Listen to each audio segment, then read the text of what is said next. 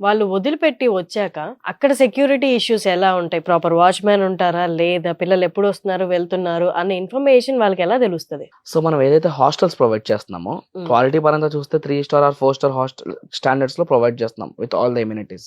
Apart from that it's not like that ఎవరు పడితే వాళ్ళు లోపలికి వచ్చేస్తున్నారని కాదు.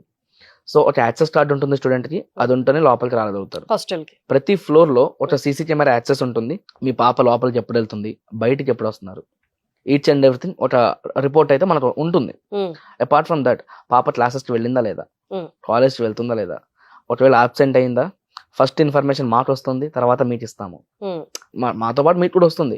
బట్ మీరు యాక్సెప్ట్ చేయకుండా మళ్ళీ వాళ్ళని మేము యాక్సెప్ట్ చేయలేం. ఎందుకంటే ఒక పాప కానీ బాబు కానీ ఇవాళ ఒక తప్పు చేస్తారు, అది మేము కవర్ చేస్తాము. హ్మ్. రేపు పొద్దున మళ్ళీ రిపీట్ అవుతే మళ్ళీ మేమే బ్లేమ్ అవుతాము. హ్మ్. హ్మ్. So that will be everything transparent. Hmm. What's happening in Georgia Hmm. Will be reported to parents in regular basis if they need. Hmm. ఎందుకంటే ప్రతి సీసీ కెమెరా ఉంటుంది అండ్ వార్డెన్స్ అంటున్నారు కదా, Hmm. ఆ వార్డెన్స్ ని కూడా మేమే పంపించాం. Hmm. మన ఇండియా నుంచి వాళ్ళు వెళ్ళి 24/7 అక్కడ సెక్యూరిటీతో ఉండి Hmm. సపోర్ట్ ఇస్తూ ఉంటారు.